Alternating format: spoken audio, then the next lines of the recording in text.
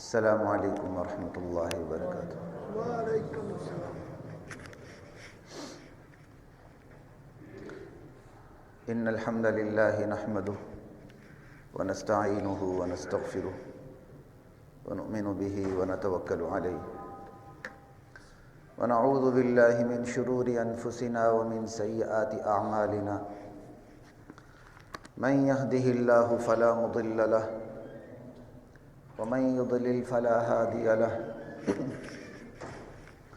ونشهد أن لا إله إلا الله وحده لا شريك له ونشهد أن محمدا عبده ورسوله أما بعد فأعوذ بالله من الشيطان الرجيم بسم الله الرحمن الرحيم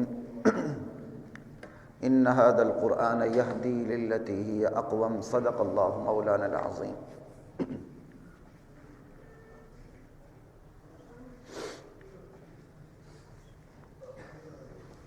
حضرات محترم، ناروے میں جو قرآن نظر آتش کیا گیا، قرآن کی توہین کی گئی، اس حوالے سے دو نشستیں ہماری ہو چکی تھیں اس تناظر میں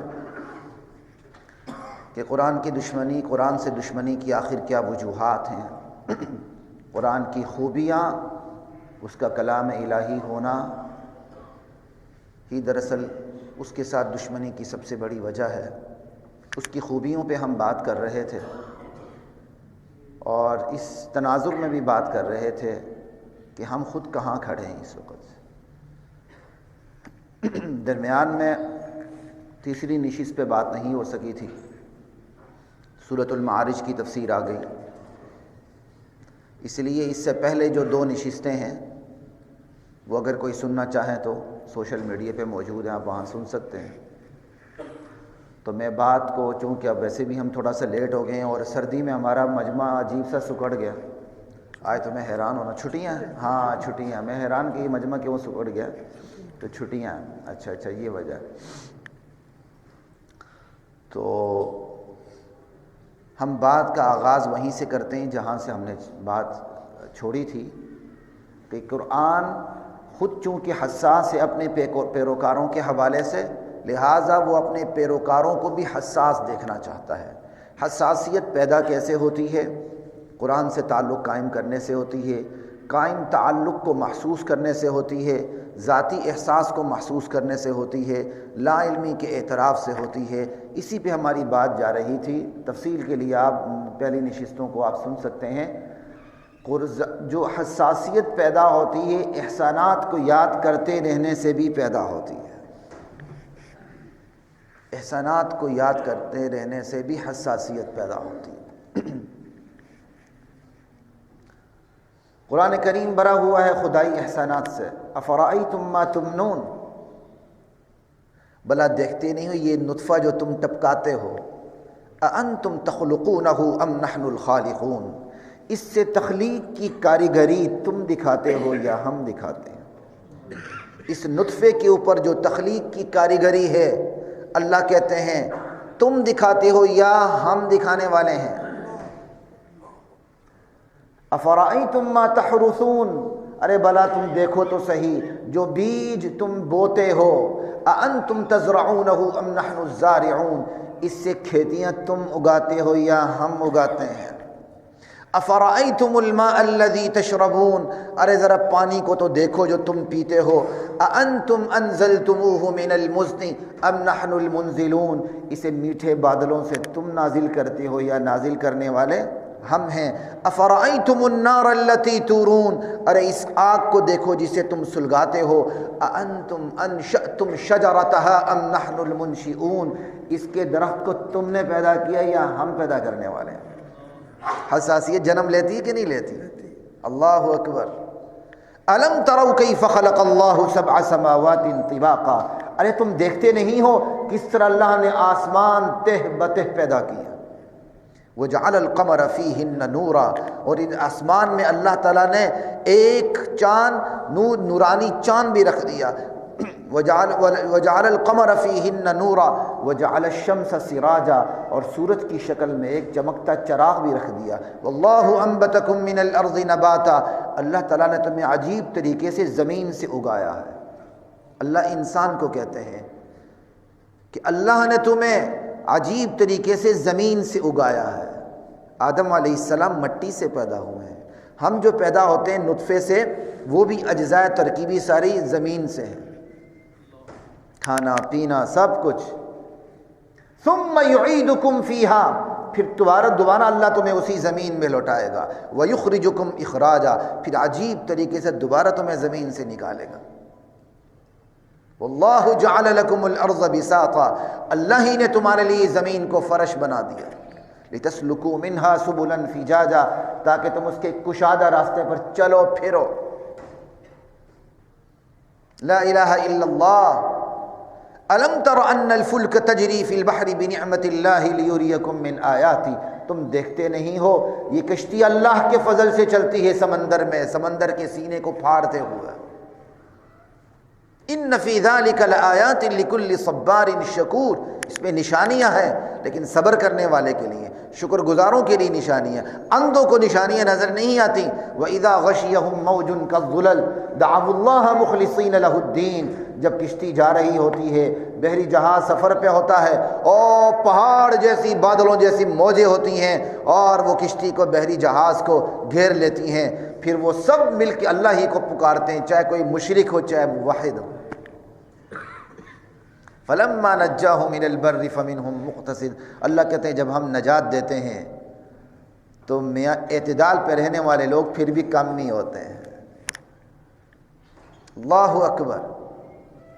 أَلَمْ تَرَ كَيْفَ فَعَلَ رَبُّكَ بِعَادٍ، تم نے دیکھا نہیں اللہ تعالیٰ نے قوم عاد کے ساتھ کیا سلوک کیا۔ ارم ذات العماد، قوم عاد ارم نسل کی، ستونوں والی، قد کاٹ ان کو ستونوں جیسا مضبوط لوگ۔ التی لم یخلق مثلها فی البلاد، ایسی مضبوط قوم مخلوق تو ہم نے پیدا ہی نہیں کی تھی۔ وثمود الذین جابوا الصخر بالواد، قوم سمود کو دیکھ لو اللہ نے ان کے ساتھ کیا کیا، جو پہاڑوں کو تراش کے گھر بنایا کرتے تھے، ایسی ٹیکنالوجی تھی ان کے پاس۔ الذین طغوا فی البلاد وفرعون ذی الاوتاد، دیکھو میخوں والے فرعون کے ساتھ ہم نے کیا کیا۔ الذین طغوا فی البلاد، ان سب نے اللہ کی زمین پہ شہروں کے اندر بغاوت کی تھی، سر اٹھایا تھا۔ فاکثروا فیہا الفساد، فساد کی انتہا کر دی تھی۔ فصب علیہم ربک صوت عذاب، اللہ نے پھر ان پر اپنے عذاب کا کوڑا برسا دیا۔ اب یہ کہیں گے یہ کیا کیسا احسان ہے؟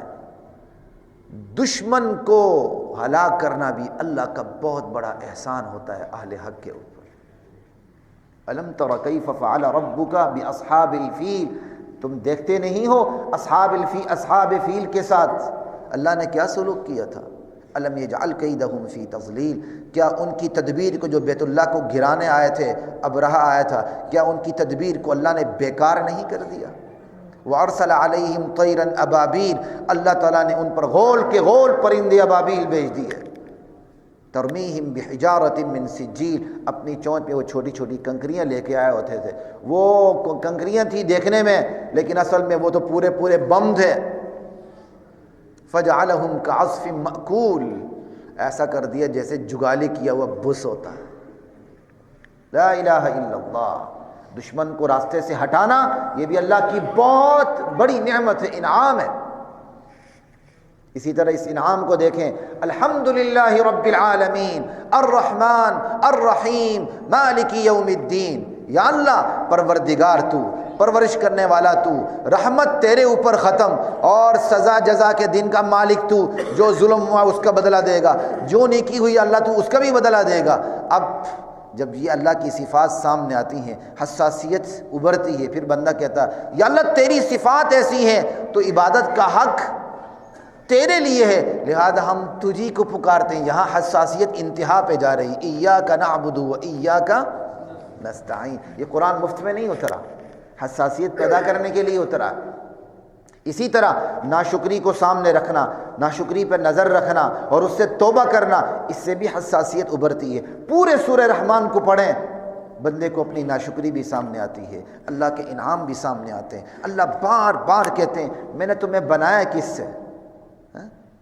خلق الانسان من صلصال کالفخار وخلق الجان من مارج من نار فبأي آلاء ربكما تكذبان۔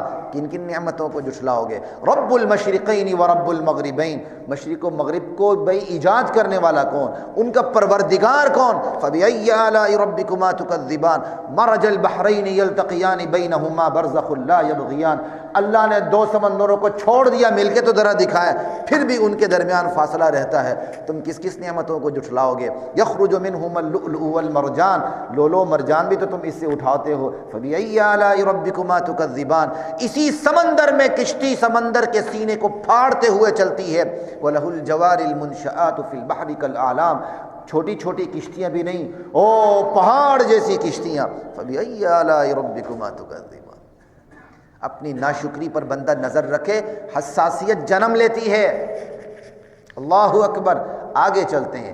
حساسیت، اپنی بے بسی اور اپنی فقیری پہ نظر رکھنا، اللہ کی بادشاہی، اللہ کی تونگری، اللہ کی بے نیازی، اللہ کی حاکمیت پہ نظر رکھنے سے بھی بندے کے اندر حساسیت پیدا ہوتی ہے۔ یا ایھا الناس، لوگو انتم الفقراء الی اللہ، تم سب کے سب اللہ کے در کے فقیر۔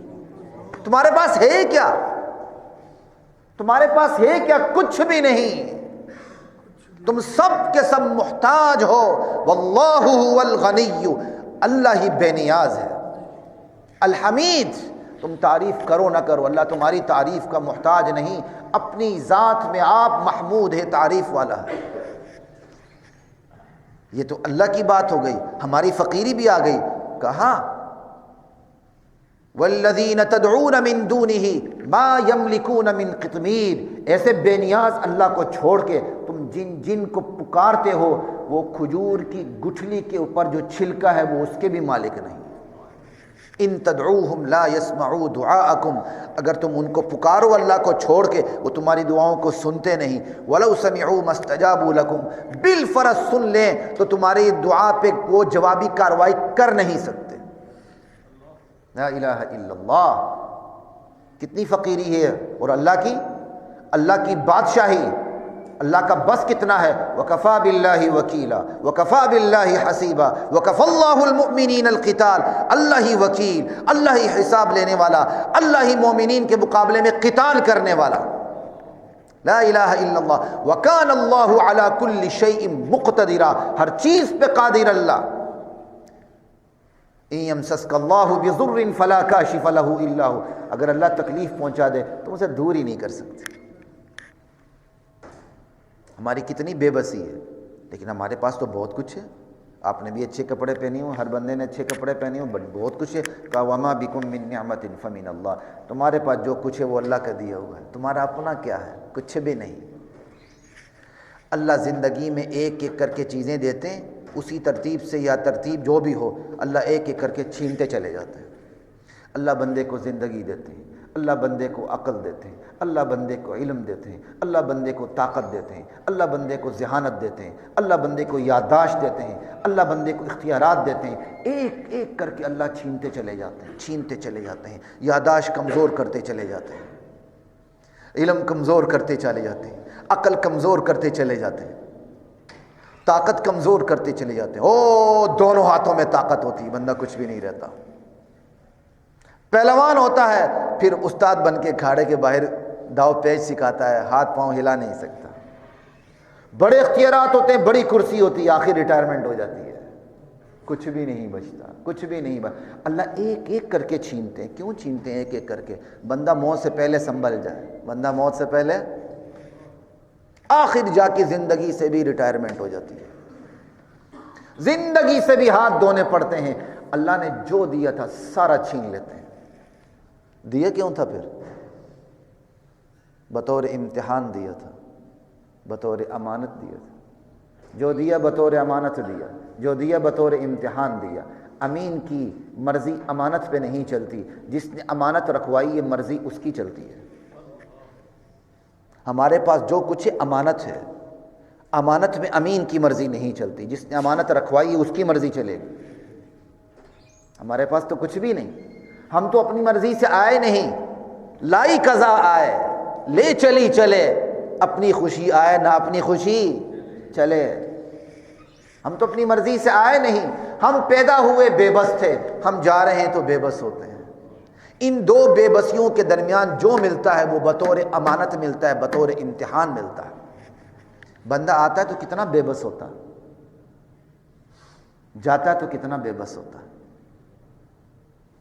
آتا بھی ہے تو نہا خود نہیں سکتا، کھا خود نہیں سکتا، اپنا انتظام خود نہیں کر سکتا، جاتا بھی ہے تو کوئی نہا کچھ بھی نہیں کر سکتا۔ دو بے بسیوں کے درمیان جو ملتا ہے وہ امتحان کے طور پہ ملتا ہے۔ وَلَقَدْ جِئْتُمُونَا فُرَادًا، اے لوگو، اے میرے بندو، تم میرے پاس اکیلے اکیلے آؤ گے جیسے دنیا میں اکیلے اکیلے آئے تھے۔ كَمَا خَلَقْنَاكُمْ أَوَّلَ مَرَّةٍ، اور کیسے آؤ گے؟ بہت کچھ لے کے آؤ گے۔ کہا وَتَرَكْتُمْ مَا خَوَّلْنَاكُمْ وَرَاءَ ظُهُورِكُمْ، ہم نے تمہیں جو دیا تھا سب چھوڑ کے آؤ گے، کیونکہ وہ تو ہم نے تم سے چھین لیا موت کے وقت۔ اللہ یہاں تک چھین لیتے ہیں بندہ ڈیتھ بیڈ پہ ہوتا ہے، 1/3 سے زیادہ کی وصیت نہیں کر سکتا۔ کیوں؟ ڈیتھ بیڈ پہ جب چلا جاتا ہے ابھی زندگی کی رمق ہوتی ہے لیکن وارثوں کا حق جا کے چمٹ جاتا ہے، 1/3 سے زیادہ وصیت ہی نہیں کر سکتا۔ بندے کو اپنی اوقات معلوم نہیں ہوتی یہاں۔ اور صرف یہ نہیں کہ جو مال دیا وہ بندہ اس سے، جو عزت دی، جو سب کچھ دیا، اس سے خالی ہاتھ آئے گا، نہیں۔ وَمَا نَرَىٰ مَعَكُمْ شُفَعَاءَكُمُ الَّذِينَ زَعَمْتُمْ أَنَّهُمْ فِيكُمْ شُرَكَاء، اللہ کہتے ہیں وہ جو سفارشی تم نے اپنے دماغ سے بنائے تھے نا خیالات سے، یہ ہمارے ہاں اللہ سے ہمیں بچا لیں گے، وہ بھی کوئی نظر نہیں آ رہا، وہ بھی تم چھوڑ کے آئے ہو۔ لَقَدْ تَقَطَّعَ بَيْنَكُمْ، ہم نے تو تمہارے درمیان جدائی ڈال دی۔ وَضَلَّ عَنْكُمْ مَا كُنْتُمْ تَفْتَرُونَ تَزْعُمُونَ، جو تم جھوٹی تعویلات کرتے رہے، جھوٹے لوگوں کو اپنے سفارشی بناتے رہے، کہاں ہیں؟ آ جاؤ اب فقیر بن کے میرے دروازے پر۔ وہ باغ اجڑ گیا جس کے لاکھوں مالی تھے، سکندر جب دنیا سے گیا دونوں ہاتھ خالی تھے۔ بڑے خوش نصیب ہیں وہ لوگ جنہیں موت اچانک نہیں آتی، بتا بتا کے آتی ہے تاکہ بندہ سنبھل جائے۔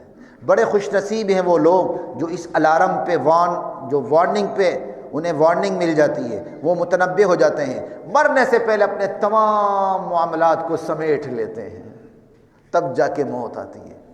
چند دن ہفتے 2 ہفتے پہلے میری ایک کاروباری شخصیت سے کہیں ملاقات تھی، ہوئی تو میں حیران ہو گیا اس بندے پہ، اتنا میں حیران ہوا، خاندانی کاروباری بندہ، لیکن بندہ اپنی اوقات میں تھا، وہ اپنے پجامے سے باہر نہیں تھا۔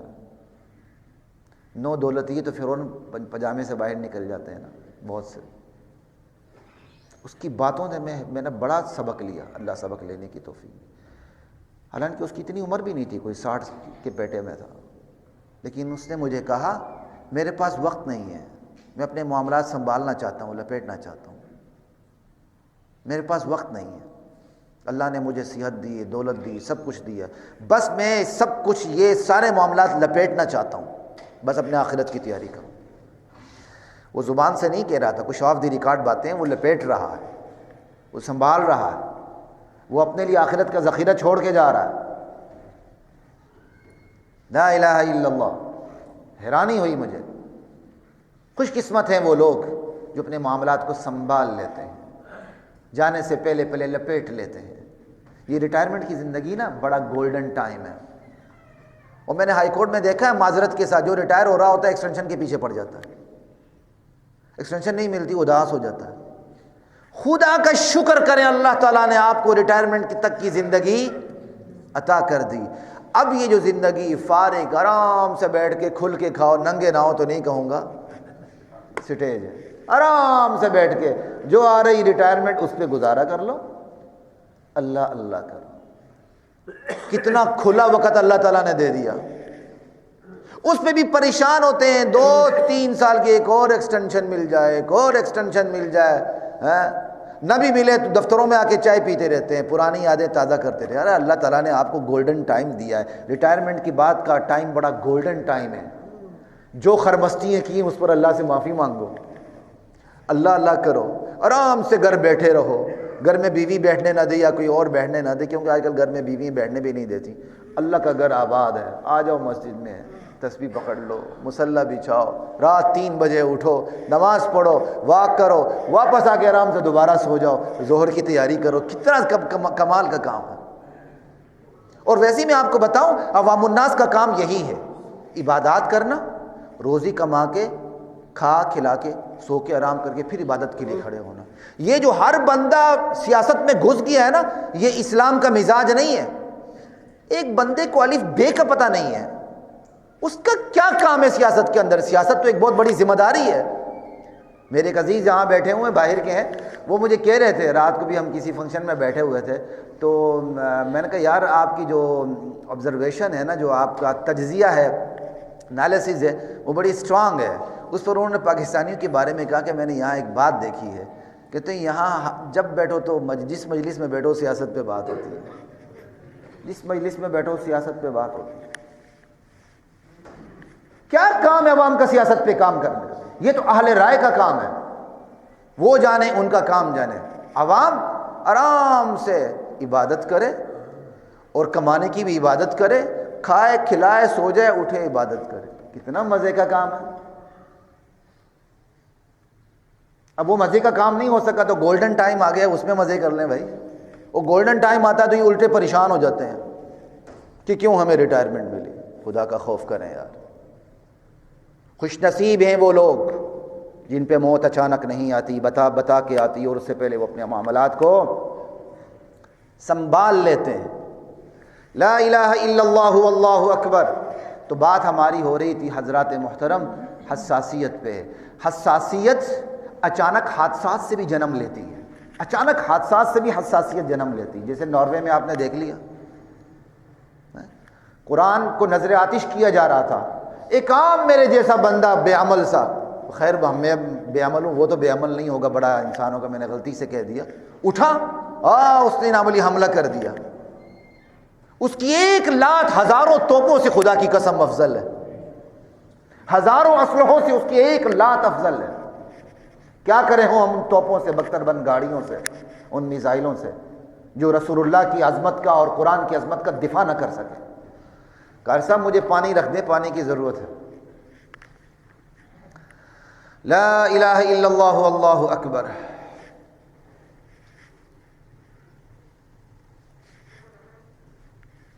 سجاد جاؤ ذرا، آپ گئے آپ تشریف رکھیں، آپ تشریف رکھیں، بچہ گیا۔ لا الہ الا اللہ۔ اچانک حادثات حساسیت کو جنم دیتے ہیں، ٹھیک ہے۔ اس کی مثال اس طرح سمجھ لیں کہ ایک بندہ ہے، اپنے گھر والوں سے ناراض ہے، نہ ماں سے بنتی ہے، نہ باپ سے بنتی ہے، نہ میاں بیوی نہ بیوی بچوں سے بنتی ہے، لیکن اچانک اس سے پتہ چلتا ہے میری ماں میرے باپ کی عزت پہ حملہ ہو چکا ہے۔ اب وہ جس کو پتہ چلا ہے وہ نافرمان بھی ہے، بے عمل بھی ہے، سب کچھ ہے، وہ کیا کرے گا؟ وہ ساری ناراضگیاں، ساری بدعملیاں ایک طرف رکھ کے اپنی ماں اور اپنے باپ کی عزت کے لیے چھلانگ مارے گا کہ نہیں مارے گا؟ آپ اس کی تعریف کریں گے کہ نہیں کریں گے؟ اگر یہ بھی کام نہیں کرے تو آپ کیا کہیں گے؟ اس سے تو تیری موت ہی اچھی تھی۔ بھائی اتنا تو یہاں بھی سمجھ لیں، ایک بے عمل انسان ہے، نہ نماز پڑھتا ہے، نہ روزہ رکھتا ہے، نہ حج کرتا ہے، نہ پاکی ناپاکی کا پتہ ہے، اللہ کے رسول کی ناموس پہ حملہ ہوتا ہے، اللہ کے کلام قرآن پہ حملہ ہوتا ہے، وہ ساری بے عملیاں ایک طرف رکھ کے چھلانگ مارتا ہے، اس سے بڑا غیرت مند کوئی نہیں ہے۔ اتنی بھی نہ ہو تو پھر تو موت ہے۔ مغرب اپنی نظریاتی خوراک ہمیں دیتا ہے، دے کے پھر ہماری غیرت کی پیمائش کرتا رہتا ہے۔ اگر جب یہ بات کہی جاتی ہے تو لوگ کہتے ہیں مغرب سے گلہ کیوں کرتے ہو، تم خود ہی بے ایمان ہو۔ بالکل ہم بے ایمان ہیں، ہم مانتے ہیں، ہمارے زوال میں ہمارا کردار ہے، ہم مانتے ہیں، لیکن خدا کی قسم مغرب کو ہماری بے بسی سے کھیلنے کا کوئی حق حاصل نہیں ہے۔ مانا ہم زوال کا شکار ہوئے، ہمارا کردار ہماری وجہ بنا، ہمارے زوال کی وجہ بنا، لیکن ہماری بے بسی سے، ہماری عزت سے مغرب کو کھیلنے کا کوئی حق حاصل نہیں ہے۔ یہ حادثات، یہ سیرت بہت اللہ کے ہاں بڑی قیمتی چیز ہے۔ اس سیرت کو بنانے کے لیے اللہ تعالیٰ نے رسول بھیجے ہیں، اس سیرت کو بنانے کے لیے اللہ تعالیٰ حادثات کو بھیجتے ہیں۔ کوئی انسیڈنٹ ایسا ہو جاتا ہے بندے کی غیرت جاگ اٹھتی ہے، لیکن جو حادثات آتے ہیں نا وہ بتدریج غائب ہو جاتے ہیں، اپنا کام کر کے چلے جاتے ہیں، پھر اللہ دیکھتے ہیں کہ ان حادثات پر بھی لوگ چکنا ہوئے ہیں کہ نہیں ہوئے، اس پر بھی کوئی چکنا نہ ہو، پھر عذاب الہی دستک دیتا ہے۔ وَلَقَدْ أَرْسَلْنَا إِلَىٰ أُمَمٍ مِّن قَبْلِكَ فَأَخَذْنَاهُمْ بِالْبَأْسَاءِ وَالضَّرَّاءِ لَعَلَّهُمْ يَضَّرَّعُونَ، ہم نے آپ سے پہلے میرے نبی بڑے بڑے رسول بھیجے، امتیں نہیں مانی، ہم نے انہیں پکڑ لیا، فوراً نہیں پکڑا، فَأَخَذْنَاهُمْ بِالْبَأْسَاءِ وَالضَّرَّاءِ، تکلیف میں مصیبتوں میں مبتلا کیا تاکہ وہ گڑ گڑائیں، واپس آئیں۔ فَلَوْلَا إِذْ جَاءَهُمْ بَأْسُنَا تَضَرَّعُوا، جب ہماری طرف سے ان پر تکلیفیں آئیں تو وہ ہمارے سامنے گڑ گڑائے کیوں نہ۔ یہ جو حادثات ہوتے ہیں، یہ جو توہینیں ہوتی ہیں، یہ سب کچھ ہوتا ہے یہ ہمیں چکنا کرنے کے لیے، ہم پھر بھی چکنا نہ ہوئے تو پھر تو آگے ان آیات سے بھی آگے عذاب کا ذکر ہے اور کچھ بھی نہیں۔ اللہ کہتے ہیں جو ہم نے نصیحتیں دی جب ان کو وہ بھول گئے، حادثات بھیجے چکنا کرنے کے لیے پھر بھی بھول گئے، فتحنا علیہم ابواب کل شیء، پھر ہم ہر چیز کے دروازے کھول دیتے ہیں۔ جب بندہ ان چیزوں پہ بدمست ہو جاتا ہے، سمجھتا ہے تو میرے پاس تو یہ سب کچھ موجود ہے، یہ تو میرا اپنا کمال ہے، اللہ کہتے ہیں پھر میں اسے اخذناہم بغتۃ، اچانک دبوچ لیتا ہوں، پھر کوئی موقع نہیں دیتا۔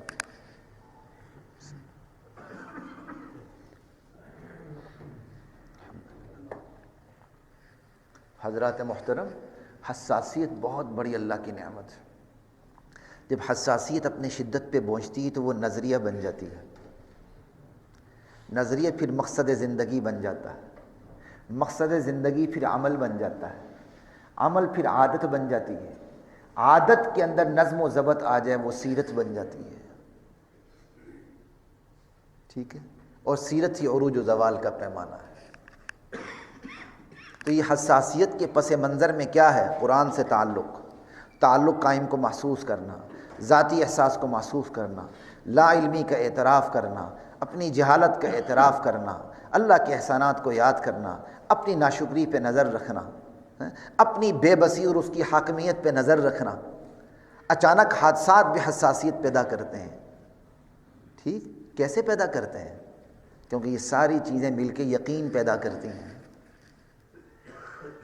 حساسیت اس وقت تک پیدا نہیں ہو سکتی جب تک یقین حاصل نہ ہو۔ ایک چیز پہ یقین ہی نہیں، آپ حساس کیسے ہوں گے؟ ایک شخص کو یقین ہی کہ نہیں کہ میری ماں ہے کہ نہیں، وہ حساس کیسے ہو سکتا؟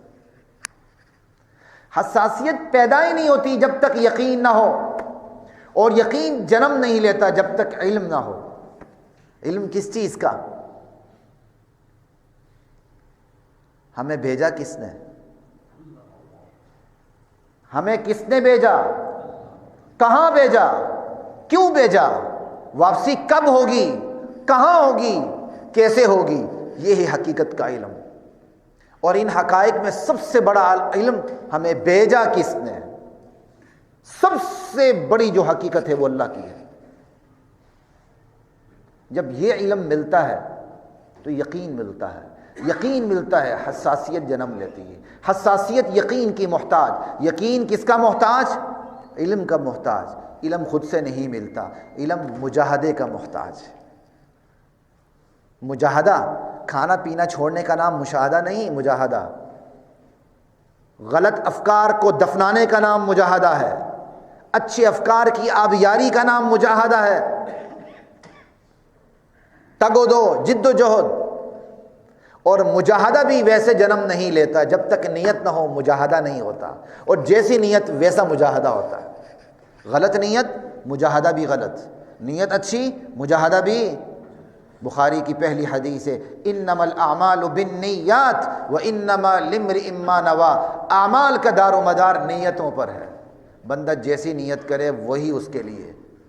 فمن کانت ہجرتہ الی اللہ ورسولہ فہجرتہ الی اللہ ورسولہ، جس کی ہجرت اللہ اور اس کے رسول کے لیے تو واقعی اس کی ہجرت اللہ اور اس کے رسول کے لیے ہوگی۔ ومن کانت ہجرتہ الی دنیا یصیبها او امرأۃ ینکحها فہجرتہ الی ما ہاجر الیہ، اگر کوئی وہ دنیا کے لیے ہجرت کرتا ہے کہ دنیا کو پالے، عورت کے لیے ہجرت کرتا ہے کہ وہ عورت سے نکاح کر لے، تو بس اس کی نیت اسی کے لیے جس کے لیے اس نے کی ہے، جیسی نیت ویسا مجاہدہ۔ تو مجاہدہ اور نیت اس کو اچھی طرح سمجھیں۔ مجاہدہ تب تک نہیں ہو سکتا جب تک نیت نہ ہو، اور نیت کی ابتدا خیال سے ہوتی ہے۔ کس سے ہوتی ہے؟ خیال سے۔ اس کو تھوڑا سا کھولنا ضروری ہے۔ نیت کی ابتدا کس سے ہوتی ہے؟ خیال سے۔ خیال پر جب آپ توجہ دیتے ہیں قانون تجاذب کی روشنی میں، لا آف اٹریکشن، یہ ایک پورا نفسیات کا قانون ہے اور شریعت میں بھی ہے، لا آف اٹریکشن، قانون تجاذب۔ خیال مفت میں خواہش نہیں بنتا، خیال پر آپ قانون تجاذب کی روشنی میں توجہ دیتے ہیں۔ تجاذب کیا ہے؟ ابھی چند منٹوں کے بعد میں ساری بات تجاذب پہ کروں گا، کیونکہ سیرت کی تشکیل میں قانون تجاذب کا بہت بڑا کردار ہے۔ انشاءاللہ چند منٹوں کے بعد میں اسی پہ بات کروں گا، تو اس لیے غور سے سنیے گا۔ خیال جب توجہ پاتا ہے تو خواہش بن جاتی ہے۔ خواہش کی ترقی کا نام ارادہ ہے، ارادہ کی ترقی کا نام عزم بالجزم ہے، نیت۔ چھوٹا موٹا ارادہ تو ٹوٹ جاتا ہے، نیت ٹوٹتی نہیں ہے جب تک کوئی سالڈ ریزن نہ ہو۔ ٹھیک ہے؟ لا الہ الا اللہ۔ اور نیت جب ترقی کرتی ہے تو عمل میں اترتی ہے، مجاہدہ۔ جب مجاہدہ ہوتا ہے تو علم آتا ہے، علم آتا ہے تو یقین آتا ہے، یقین آتا ہے تو حساسیت پیدا ہوتی ہے، اور یہی حساسیت، یہی وارفتگی، یہی فریفتگی، یہی لگاؤ سارے کام کروا دیتی ہے۔ بے خطر کود پڑا آتش نمرود میں عشق کی فضا باندھ دیتی ہے، اللہ کی رضا کو کھینچ لیتی ہے، بندے کے مقصد زندگی کو تمام کر دیتی ہے۔ یہ حساسیت اللہ کی سب سے بڑی دولت ہے۔ ہمہ وقت، ہر وقت جب آپ کو وقت ملے اپنی حساسیت کی پیمائش کرتے رہا کریں کہ میری حساسیت کس سطح پر ہے، اور وہ اللہ تعالیٰ نے بتا دی ہے حساسیت کی پیمائش کیسے کرنی ہے۔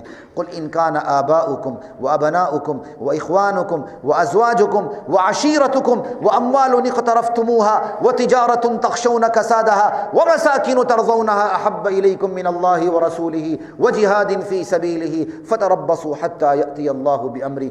اگر تمہارے باپ، تمہارے کیا کہتے ہیں بیٹے ہیں، تمہارے بھائی، تمہاری بیویاں، تمہاری وہ تجارت، تمہارا مال جو تم کماتے ہو، تمہاری وہ تجارت جو تمہیں اتنی محبوب ہے کہ اس کے مندے کا تمہیں خطرہ لگا رہتا ہے، تمہارے گھر وہ جو تمہیں بڑے اچھے لگتے ہیں، اگر یہ ساری چیزیں اللہ اور اس کے رسول سے، جہاد فی سبیل اللہ سے تمہیں زیادہ محبوب ہیں، تو پھر اللہ کے عذاب کا انتظار کرو۔ یہ ہے حساسیت کا پیمانہ۔ وقت نہیں، میں جلدی سے آگے جانا چاہتا ہوں کیونکہ میں اسی نشست میں اپنے اس موضوع کو مکمل کرنا چاہ رہا ہوں۔ یہ ہے حساسیت کا پیمانہ۔ تو حضرات محترم، اللہ سے حساسیت مانگی ہے، یہ بہت بڑی دولت ہے۔ اب میں چلتا ہوں اسی طرف جو میں نے آپ کو کہا تھا کہ سیرت کی تشکیل میں قانون تجاذب کا بہت بڑا کردار ہے۔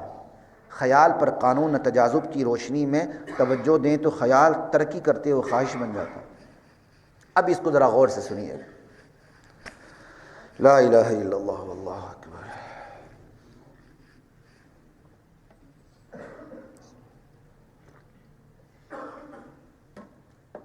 قانون تجاذب، تجاذب کا تعلق فکر سے بھی ہے، عمل سے بھی ہے، صفات سے بھی ہے، ایون افزائش نسل سے بھی ہے۔ تجاذب کھینچنے کو کہتے ہیں، کشش کو، گریوٹی۔ فکر کو کھینچتی ہے، گناہ کو کھینچتا ہے، نیکی کو کھینچتی ہے۔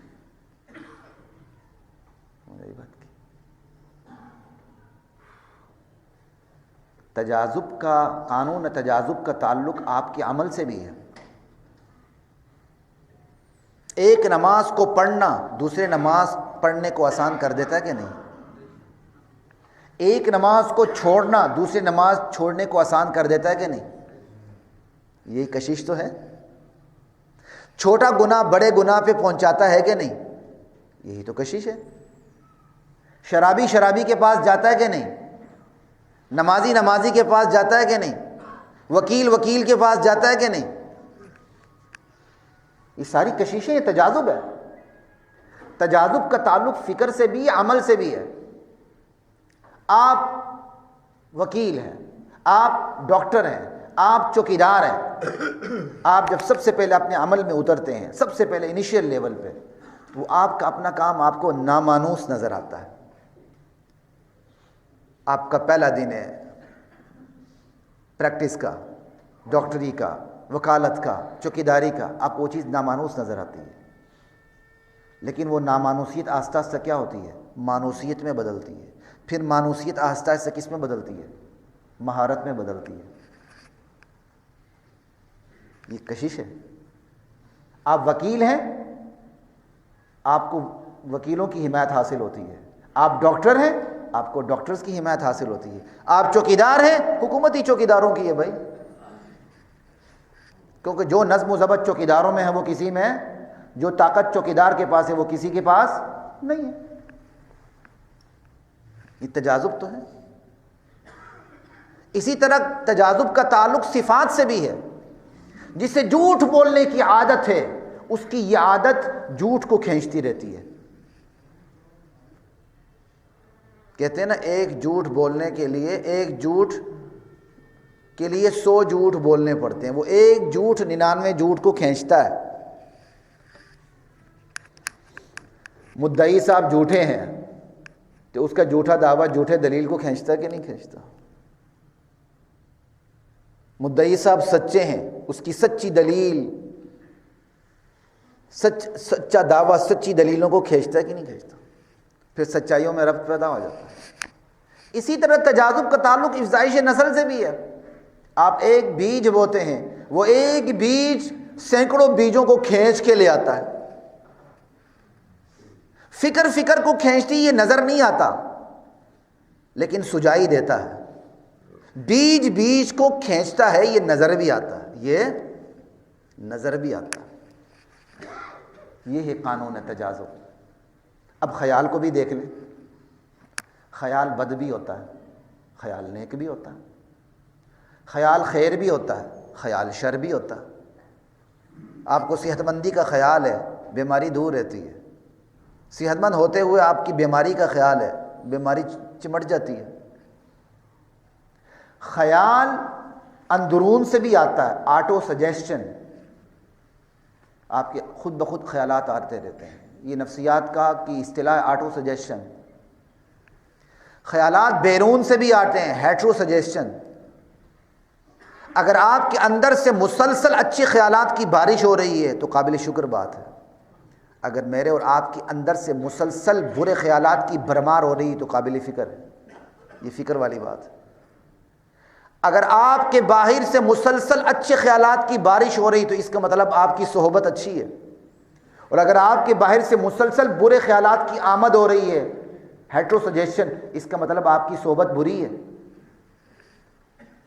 اور جس چیز کی دھن سوار ہو، جس چیز کا خیال ہر وقت ہو، عمل بھی اسی طرح ہونے لگتا ہے، حرکتیں بھی اسی طرح ہونے لگتی ہیں، خوب بو بھی وہی آ جاتی ہے، گفتگو بھی وہی آتی ہے، چال ڈال بھی وہی ہو جاتی ہے۔ ابھی وکیل بنے نہیں ہوتے، کالے کوٹ پہن کے ہائی کورٹ میں گھوم رہے ہوتے ہیں، آپ دیکھتے نہیں؟ میں نے اپنے اسٹوڈنٹس کو خود دیکھا تھا، اب تو خیر وہ وکیل بن گئے۔ ابھی وکیل بنے نہیں ہوتے، کالے کوٹ پہن کے پھر رہے ہوتے ہیں۔ وہ کیا ہے؟ جس چیز کی دھن سوال ہو، چال ڈال بھی اسی کی ہو جاتی ہے۔ یہی وجہ ہے قرآن نے بھی بندے کا تعارف، رحمان کے بندے کا تعارف چال ڈال سے کروائی ہے، گفتگو سے کروائی ہے۔ کیوں؟ گفتگو چال ڈال بتا دیتی ہے بندے کے اوپر دھن کس کی سوار ہے۔ خیال چھوٹی چیز نہیں ہے، خیال کو ترقی بھی دی جا سکتی ہے، خیال کو دبایا بھی جا سکتا ہے۔ خیال شیطان کی طرف سے بھی ہوتا ہے، خیال اللہ کی طرف سے بھی ہوتا ہے۔ خیال شیطان ڈال سکتا ہے لیکن اسے ترقی نہیں دے سکتا، ترقی بندہ خود دیتا ہے شیطان بن کے۔ خیال اللہ ڈال دیتے ہیں، اللہ ترقی نہیں دیتے۔ اچھا خیال اللہ ڈالنے کے بعد ترقی بندے پہ چھوڑ دیتے ہیں۔ اللہ نے لوہا بنایا، مشین نہیں بنائی۔ اللہ نے درخت بنایا، کشتی نہیں بنائی۔ یہ کام اللہ نے بندے پہ چھوڑ دیے۔ اللہ نے اچھا خیال بندے کے دل میں ڈالنے کے بعد اس کو ترقی دیتے ہوئے خواہش بنانا، ارادہ بنانا، نیت بنانا، عمل بنانا، ہے نظریہ بنانا، مقصد بنانا، مقصد زندگی بنانا، اپنا عمل بنانا، اپنی عادت بنانا، اپنی سیرت بنانا، یہ اللہ نے بندے پہ چھوڑ دیا. فمن شاء فلیؤمن ومن شاء فلیکفر. تھوڑی سی جگہ دے دیجیے گا. یہ اللہ تعالیٰ نے بندے پہ چھوڑ دیا. لا الہ الا اللہ. یہ ہے خیال. اور خیال کی ترقی کا بیسک پروسیجر ایک ہی ہے. بیسک پروسیجر خیال کی ترقی کا ایک ہی ہے. آپ خیال پہ توجہ دیتے ہیں وہ خواہش بن جاتی ہے، خواہش پہ توجہ دیتے ہیں وہ ارادہ بن جاتا ہے، ارادے پہ توجہ دیتے ہیں وہ نیت بن جاتی ہے، نیت پہ توجہ دیتے ہیں وہ عمل بن جاتا ہے، وہ مجاہدہ بن جاتا ہے، وہ نظریہ بن جاتا ہے، وہ مقصد زندگی، وہ عمل، وہ عادت، وہ سیرت. یہی چاہے وہ خیال اچھا ہے یا برا ہے. اوپر خیال اچھا ہے نتیجہ پاک سیرت کی شکل میں نکلتا ہے، اوپر خیال برا ہے پہیہ ہی الٹا گھوم جاتا ہے، ناپاک سیرت کی شکل میں نتیجہ نکلتا ہے. اس کو آسان نہ سمجھیں. ہاں خیال، اچھے خیال کی ترقی کے راستے بھی ہیں، صرف اچھے خیال کے ساتھ. وہ ہے خالق کی فکر. ہر وقت آپ کو اللہ هو الاول والآخر والظاہر والباطن. انت الاول فلیس قبلک شیء. یا اللہ تو پہلے، تجھ سے پہلے کچھ بھی نہیں. وانت الآخر فلیس بعدک شیء وانت الظاہر فلیس فوقک شیء وانت الباطن فلیس دونک شیء. لا الہ الا اللہ. اور پھر مخلوق پہ بھی نظر جاتی ہے تو مخلوق سے نظر خالق پہ چلی جانی چاہیے. بندہ لیل و نہار کی گردش کو دیکھتے ہوئے، قدرتوں کو دیکھتے ہوئے نظر کس پہ جائے؟ اللہ پہ. اور تیسری چیز جو خیال کو ترقی دیتی ہے صحبت صالح. بندہ اچھی صحبت میں بیٹھے تو جسٹ معلومات نہیں ملتی، علم کا ذوق حاصل ہوتا ہے. اس لیے کہا گیا علم الحق علم الاذواق. سچا علم ذوقی علم ہوتا ہے، بندہ چکھ لیتا ہے. خود بخود جو سیلف سٹڈی ہوتی ہے نا وہ چکھتا نہیں ہے، وہ جسٹ انفارمیشن ہوتی ہے. بڑا فرق ہے، یہ بات یاد رکھیں. اسی طرح خیال ترقی کیسے پاتا ہے؟ اقرار باللسان. آپ ہر وقت تذکرہ کرتے رہتے ہیں. اذا تکرر تقرر. جس چیز کا تذکرہ کریں وہ پختہ ہو جاتی ہے. خیال ترقی کیسے پاتا ہے؟ تصدیق بالقلب. آپ مراقبہ کرتے ہیں، آپ غور و فکر کرتے ہیں. خیال کس طرح ترقی کرتا ہے؟ شہادت علی الناس. آپ لوگوں کے سامنے حق کی گواہی دیتے ہیں، دعوت پیش کرتے ہیں، حق کی بات کرتے ہیں، اصول پہ کھڑے ہو جاتے ہیں. خیال ترقی کیسے کرتا ہے؟ خیال بد آ جائے اس کی جگہ اچھا خیال رکھ دیں. بدکاری کا ذہن پیدا ہو گیا، سیدھے بیوی کے پاس چلے جائیں، اور اس بیوی پر لعنت پڑتی ہے جو میاں کی بات مان کے راضی نہیں ہوتی. یہ ویسے مفت میں لعنت نہیں پڑتی، کیونکہ اللہ تعالیٰ نے حیا کی حفاظت کی ہے. لا الہ الا اللہ. بدکاری کا خیال آ جائے سیدھے بیوی کے پاس چلے جائیں. بیوی نہیں، بیوی کا انتظام کریں. ایک بیوی ہے دوسری کا کریں. پھر بھی آپ کا خیال قابو میں نہیں آتا، دوسری تیسری چوتھی پہ چلے جائیں. یہ میں مذاق نہیں کر رہا ہوں، یہ فطرت بتا رہا ہوں آپ کو. اور آپ کے پاس کوئی ہمت نہیں، طاقت نہیں، پھر روزے رکھیں. یہ بھی طریقہ ہے.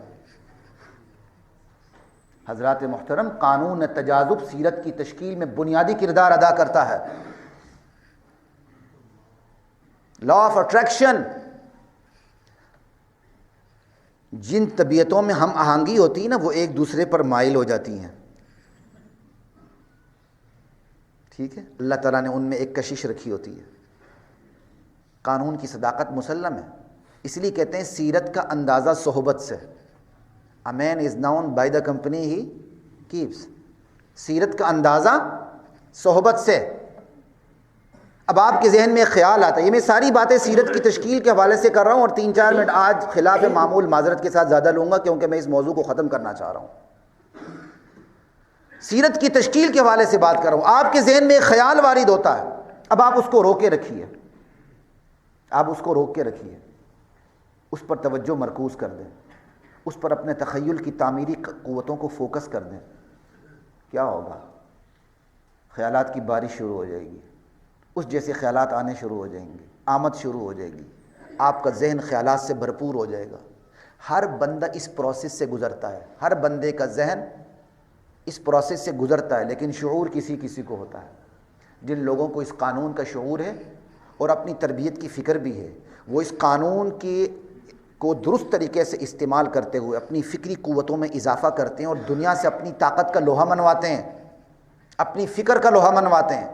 ایک مصنف ایک موضوع پہ کتاب لکھنا چاہتا ہے، ایک مرکزی خیال اس کے دل دماغ میں چھایا ہوا ہے، اب وہ اٹھتے بیٹھتے لیٹتے سوتے جاگتے وہی مرکزی خیال اس پہ سوار ہے۔ اچانک کیا ہوتا ہے؟ قانون تجاذب کے اثرات شروع ہو جاتے ہیں، آمد شروع ہو جاتی ہے، افکار تصورات کا چشمہ ابلنے لگتا ہے، اور جب تک یہ کیفیت پیدا نہ ہو مصنف لکھنے نہیں بیٹھتا۔ اس کیفیت کے بغیر بیٹھے تو لکھ نہیں پاتا۔ مفکر یا مقرر بیٹھا ہوا ہے، اس نے موضوع کا انتخاب کیا، وہ فکر کرتا ہے، فکر کر کے ساتھ ہی اس جیسے افکار کا ذخیرہ اس کو حاصل ہو جاتا ہے، ترتیب بھی قائم ہو جاتی ہے، ربط بھی قائم ہو جاتا ہے۔ میں آپ کے سامنے بیٹھتا ہوں الحمدللہ قانون تجاذب کو استعمال کر کے بیٹھتا ہوں، یہ مفت میں نہیں بیٹھتا آپ کے سامنے، ترتیب بھی آ جاتی ہے۔ لیکن یہ یاد رکھیے، جو مفکر ہوتا ہے یا مقرر ہوتا ہے وہ خالق کے تصور نہیں ہوتا، وہ حامل تصور ہوتا ہے، خالق کے تصور نہیں ہوتا، کیونکہ وہ محض قانون کی پیروی کرتا ہے تجاذب کی۔ نتیجے میں من جانب اللہ اس کو اچھے افکار کا ذخیرہ عطا کر دیا جاتا ہے، اور وہ بھی بقدر استعداد۔ بعض علماء پوچھتے ہیں تو مجھے دکھ بھی ہوتا ہے، خوشی بھی ہوتی ہے، کہتے ہیں آپ کن خطبات کا مطالعہ کرتے ہیں؟ بھئی خطبات کیا مطلب؟ وہ خطبات بھی تو کسی نے لکھے ہوئے ہیں، آپ کتابوں کا مطالعہ کریں، انشاءاللہ جب خیال مرکوز کریں گے ترتیب بنتی چلی جاتی ہے۔ سمجھ آئی بات؟ یہ قانون تجاذب سیرت کی تشکیل میں بڑا کردار ادا کرتا ہے۔ آپ یہ دیکھیں تھوڑا سا، بالکل اسی طرح جیسے آپ ایک بیج بوتے ہیں تو وہ بیج ہزاروں بیجوں کو کھینچ کے لاتا ہے، یہ تجاذب نظر آتا ہے، لیکن فکر کی تجاذب بس نظر نہیں آتی، لیکن بندہ اس کو انڈرسٹینڈ کرتا ہے، اس کو سمجھتا ہے۔ آپ بیج کیسے بوتے ہیں؟ سب سے پہلے زمین کو خس و خاشاک سے پاک کرتے ہیں، زمین کو تیار کرتے ہیں، عمدہ بیج کا انتخاب کرتے ہیں، موسم کا لحاظ رکھتے ہیں، پھر حرارت کا انتظام کرتے ہیں، حرارت کے بچاؤ کا انتظام بھی کرتے ہیں، آبیاری کرتے ہیں، پھر اس کا صبر آزما انتظار ہوتا ہے۔